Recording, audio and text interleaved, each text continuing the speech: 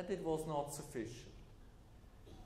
So when I was a young PI in 2008, I read these papers of Toshio Ando at Kanazawa University, who gets the major credits for the development of high-speed AFM, and who is also a person who is very willing to share.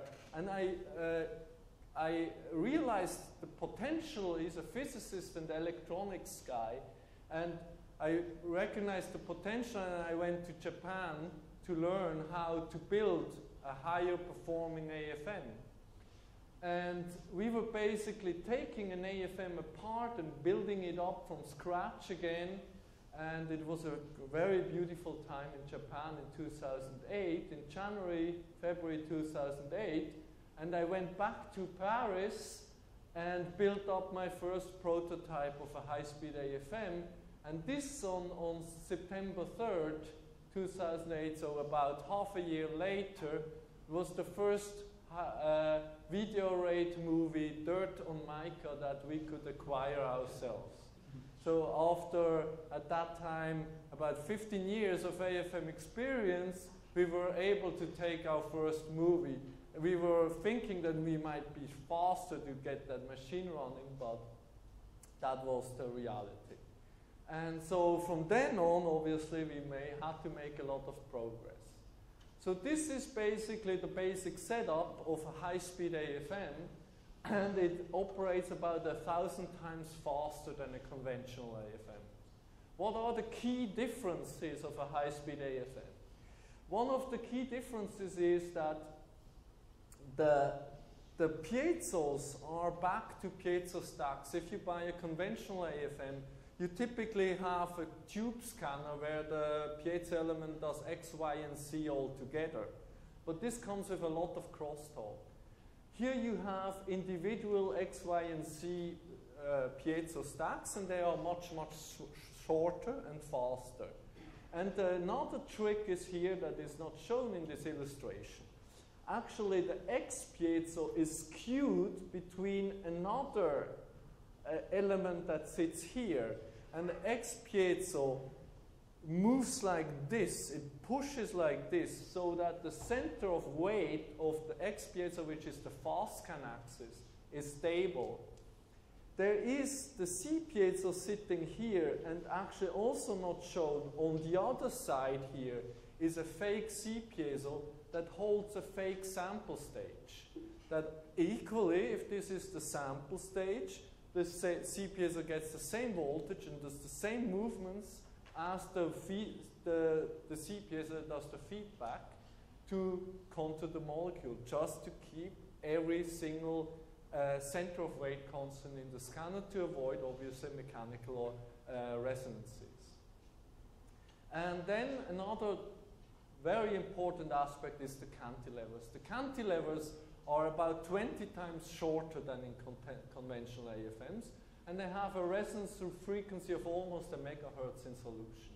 Now these cantilevers are just 8 micrometers long and about 2 micrometers thick.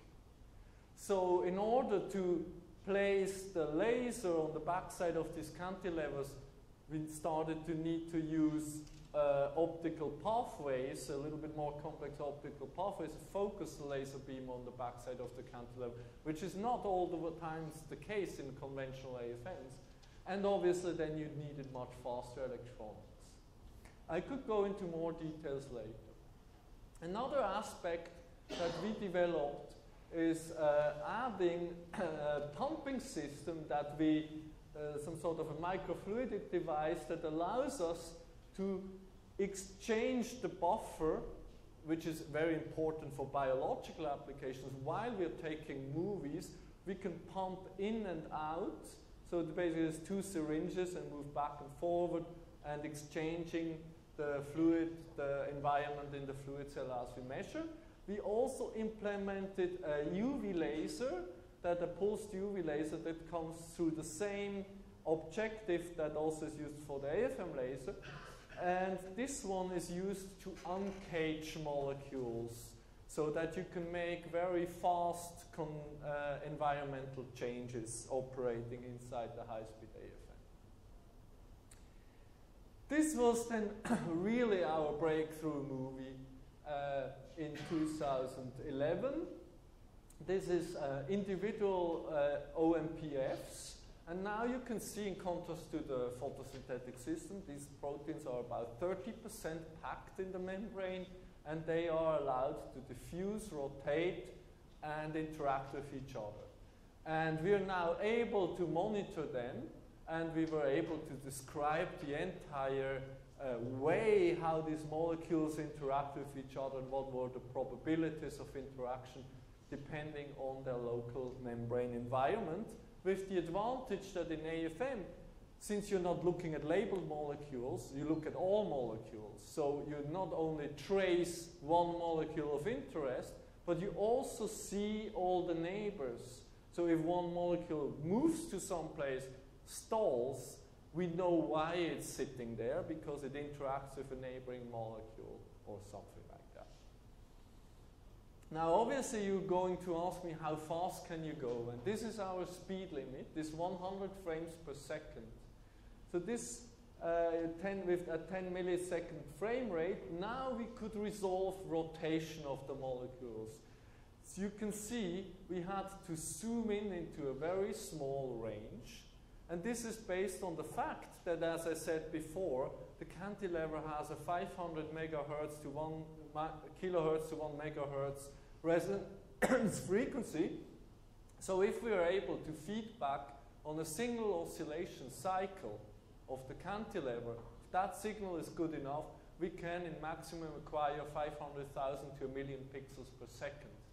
So you can calculate immediately out on an Excel spreadsheet, if I want to reach this time of temporal resolution, I have to acquire this little pixel. So we have to reduce the scan range if you want to go up with higher frame rate. So this made it possible to drive high-speed AFM now from the second to the 10 millisecond imaging rate. And we have showcased this very beautifully on this project, where we see single transporters, membrane transporters in motion. And I will talk about this if time is enough, but now I will showcase 3 or 4 topics depending on what the time allows. The first one is the structural titration of a receptor ion channel.